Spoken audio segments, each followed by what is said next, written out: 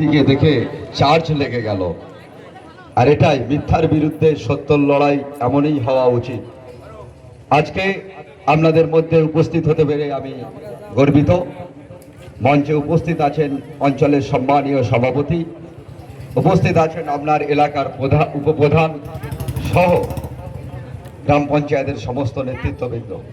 আমার সামনে উপস্থিত আছেন, এই মাত্র আপনাদের সম্মুখে উপস্থিত হচ্ছেন মগরার 2 নম্বর ব্লক তৃণমূল কংগ্রেসের যুব সভাপতি, তরুণ তেজস্বী বক্তা, আমাদের সকলের প্রিয় ভাতৃপতি বাচ্চু শেখ মহাশয়। বাচ্চু শেখের জন্য একটা করজোড়ে তালি দিয়ে আমরা তাকে অভিবাদন জানাবো। আমি আমার বক্তব্য দীর্ঘায়ু করব না। আপনাদের মধ্যে মিলিত হয়েছি 2026-এর বিধানসভা প্রাককালে, নির্বাচনের প্রাককালে। এই 2026-এর বিধানসভা নির্বাচনের প্রাককালে দাঁড়িয়ে আপনাদের সম্মুখে বক্তব্য রাখার দরকার ছিল না, কারণ দীর্ঘ 15 বছরের উন্নয়ন বাংলার প্রতিটি মানুষের বাড়িতে পৌঁছে গিয়েছে। মমতা বন্দ্যোপাধ্যায়ের উন্নয়ন নিয়ে, মমতা বন্দ্যোপাধ্যায়ের কর্মকাণ্ড নিয়ে বক্তব্য রাখার অপেক্ষা রাখে না, কারণ মমতা বন্দ্যোপাধ্যায়ের উন্নয়ন পশ্চিমবঙ্গ কেন, ভারতবর্ষ কেন, গোটা পৃথিবী দাঁড়িয়ে মমতা বন্দ্যোপাধ্যায়ের উন্নয়নকে স্বীকৃতি দিয়েছে, সম্মান দিয়েছে। এবং ভারতবর্ষের মধ্যে সর্বপ্রথম যে রাজ্য এগিয়ে আছে সেটা পশ্চিমবঙ্গ। তাহলে আজকে আমরা এখানে দাঁড়িয়ে আছি কেন? এই বিধানসভা নির্বাচনে আমরা দেখতে পাচ্ছি ঠিক 2021 সালে আমরা যেমন দেখেছিলাম 2021-এর ক্ষমতা দখল করার জন্য Narendra Damodar Das Modi ED, CBI, income tax দিয়ে আর উত্তর 24 পরগনার সন্দেশখালীতে একটা মিথ্যা ঘটনা ঘটিয়ে 2021-এর নির্বাচনকে তারা জয় লাভ করার চিন্তা করেছিল। কিন্তু বাংলার মানুষ 2021-এর নির্বাচনে নরেন্দ্র মোদীর সমস্ত মিথ্যাকে উপেক্ষা করে 213টি বিধায়ক দিয়ে মমতা বন্দ্যোপাধ্যায়কে তৃতীয়বারের জন্য নবান্নে পাঠিয়ে দিয়েছিল। নরেন্দ্র মোদী দীর্ঘ 5 বছর চিন্তায় জর্জরিত ছিল। 26 তার টার্গেট ছিল যে গোটা ভারতবর্ষ দখল করার পরে পশ্চিমবঙ্গ কেন আমি নিতে পারছি না। 26-এর টার্গেট নরেন্দ্র দামোদর দাস মোদী ভয়ানক লোক, খাতারনাক লোক। কারণ এটা ভারতবর্ষের লজ্জা, একজন প্রধানমন্ত্রী যার অ্যাবসেন্ট ফাইলের নাম জড়িয়েছে 18-19 বছরের মহিলাদের সঙ্গে তিনি বলাৎকারে যুক্ত থাকতেন। আজকে সেই প্রধানমন্ত্রী পশ্চিমবঙ্গের দিকে লক্ষ্য রেখেছে, 5টি বছর ধরে লক্ষ্য রেখে তৈরি করেছে একটা খুঁড়োর কল, নিয়ে এসছে জ্ঞানেশ কুমারকে, নির্বাচন কমিশনকে হাতিয়ার করেছে। নির্বাচন কমিশনকে হাতিয়ার করে বাংলার সাধারণ ভোটারদের, বাংলার নাগরিকদের ভোটাধিকার কেড়ে নিয়ে ক্ষমতায় আসতে চাইছে। কিন্তু নরেন্দ্র দামোদর দাস মোদী শুধু নির্বাচন কমিশন নিয়ে জয় লাভ করতে পারবে না, তাই তার মহাবড় চক্রান্ত মুর্শিদাবাদের মির্জাফর তৈরি করেছে একজন হুমায়ুন কবির। তাকে 1000 কোটি টাকা দিয়ে মুসলিমদের আইওয়াজ করছে। এই যে মোহাম্মদ সেলিম সিপিএম এর কথা বলছিল, এই মোহাম্মদ সেলিম সে কলকাতার 5 তারা হোটেলে এই শুভেন্দুর সঙ্গে বুদ্ধি করেছে, নওশাদের সঙ্গে যুক্তি করে মুসলিম ভোটটাকে ডিভাইডেড করে এখানে ক্ষমতায় আসতে চাইছে। তাই সংখ্যালঘু সমাজকে তো আজ ভাবতে হবে।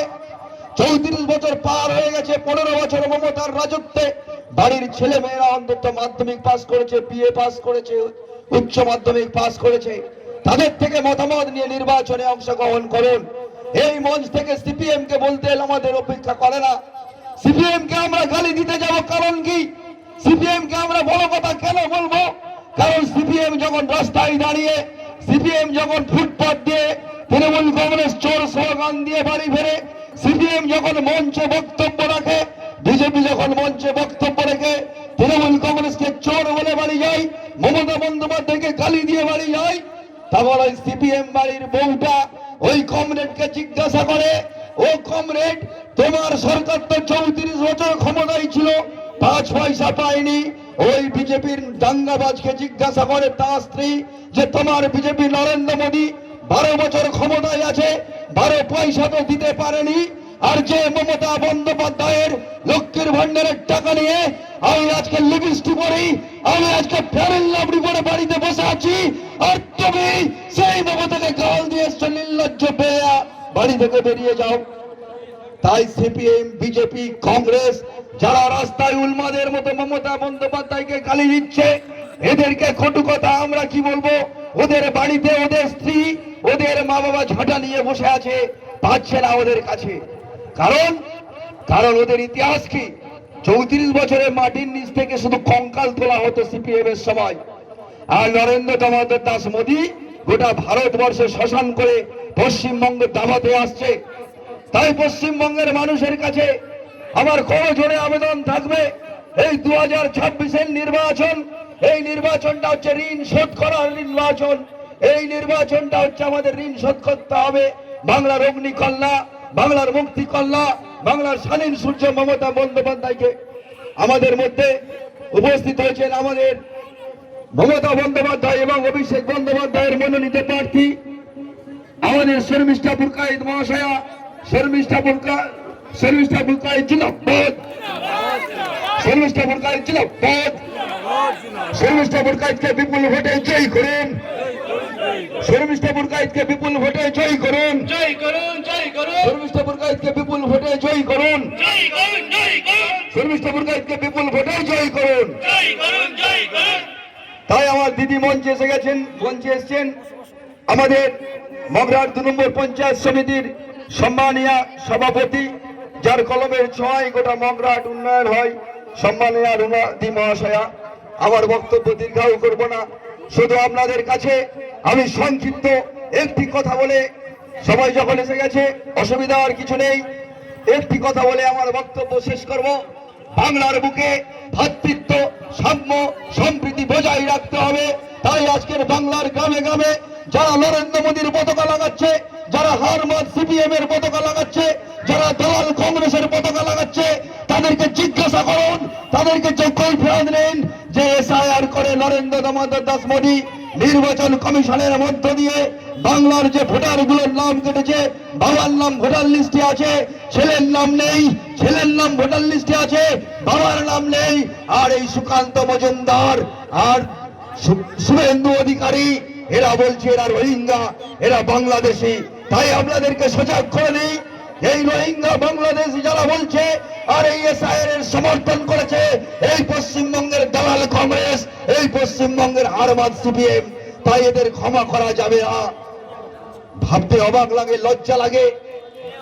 মুক্তিযুদ্ধ অংশগ্রহণ করেছে, যখন পাকিস্তানের সঙ্গে বাংলাদেশের যুদ্ধ হয় সেই যুদ্ধে অংশগ্রহণ করেছে, কারগিলে অংশগ্রহণ করে 5খানা তার খেতাব আছে, রাষ্ট্রপতি পুরস্কার প্রাপ্ত একজন মেজর, তার নাম কেটে দিয়েছে মুসলিম হওয়ার অপরাধে।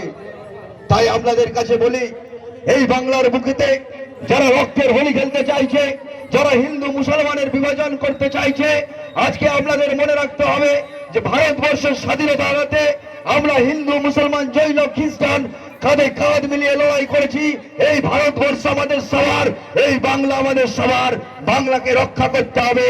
বাংলার মানুষ যদি মমতা বন্দ্যোপাধ্যায় মাথা হচ্ছে হিমালয়ের মতো মাথা, মনে রাখতে হবে তারা কারণ বাংলাকে টার্গেট খেলা করছে যে মমতা বন্দ্যোপাধ্যায়কে যদি হারিয়ে দেওয়া যায়, বাংলা যদি দখল করে নেওয়া যায়, নরেন্দ্র মোদীর বিরুদ্ধে কথা বলার কেউ থাকবে না। তাই বাংলার যুব সমাজ, বাংলার ছাত্র সমাজ, বিবেকানন্দের উত্তরসূরি, বাংলার ছাত্র সমাজ নজরুল রবীন্দ্রনাথের উত্তরসূরি, তাদেরকে আজও কণ্ঠ দিয়ে গান গাইতে হবে। মোরা একই বৃন্তে দুটি কুসুম, হিন্দু মুসলমান, মুসলিম যার নয়নমণি, হিন্দু তাহার প্রাণ।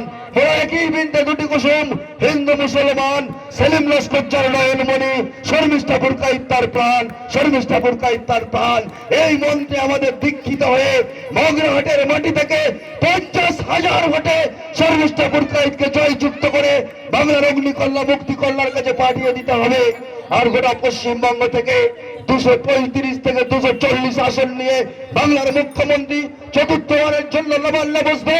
আর আগস্ট মাসে ওই ঠকেবাজ, দাঙ্গাবাজ নরেন্দ্র মোদীকে বাংলার অগ্নিকন্যা বুঝে নেবে, বাংলার অগ্নিকন্যা বুঝে নেবে। এই কথা বলে শুধু সবাইকে মিলনের কথা বলে যায়। তাই সাম্যের গান যেখানে এসে এক হয়ে গেছে, সব বাধা ব্যবধান যেখানে মিশেছে হিন্দু বৌদ্ধ জৈন খ্রিস্টান গাই সাম্যের গান। তাই আগামী 29 এপ্রিল আমরা হিন্দু মুসলমান অনুরোধ করব আমার মুসলিম ভাইদের কাছে 29 তারিখে ফজরের নামাজ পড়ে দোয়া করে ভোট দেবেন। আর আমার হিন্দু মায়েদের কাছে বলবো 29 তারিখ সকালে বাড়িতে যে ঠাকুর আছে ঠাকুরকে পূজা দিয়ে মমতা বন্দ্যোপাধ্যায়কে ভোটটা দিতে যাবেন। মনে রাখবেন বাংলার অগ্নিকন্যা, বাংলার মুক্তি কন্যা আজকে বাংলা নয় গোটা ভারতবর্ষ বাঙালির দিকে তাকিয়ে আছে। বাঙালি একমাত্র ভারতবর্ষকে রক্ষা করতে পারে। তাই এই নির্বাচন যারা হারমাতগিরি করছে, যারা দাঙ্গাবাজগিরি করছে, এদেরকে শান্ত হতে বলুন। এরা শান্ত হয়ে বাংলা মাকে রক্ষা করুন। এই কথা বলে সবাইকে ধন্যবাদ জানিয়ে আমার সংক্ষিপ্ত বক্তব্য শেষ করছি। জয় হিন্দ, বন্দে মাতরম। তৃণমূল কংগ্রেস জিন্দাবাদ, মমতা ব্যানার্জি জিন্দাবাদ, অভিষেক ব্যানার্জি জিন্দাবাদ, মগরাহাটের ব্লক সভাপতি সম্মানীয় সেলিম লস্কর জিন্দাবাদ, আমাদের প্রার্থী শর্মিষ্ঠা বুরকায়েত জিন্দাবাদ, শর্মিষ্ঠা বুরকায়েত জিন্দাবাদ। ধন্যবাদ। আপনারা শুনলেন মূল্যবান বক্তব্য আমাদের বীর কাসিম ভাই।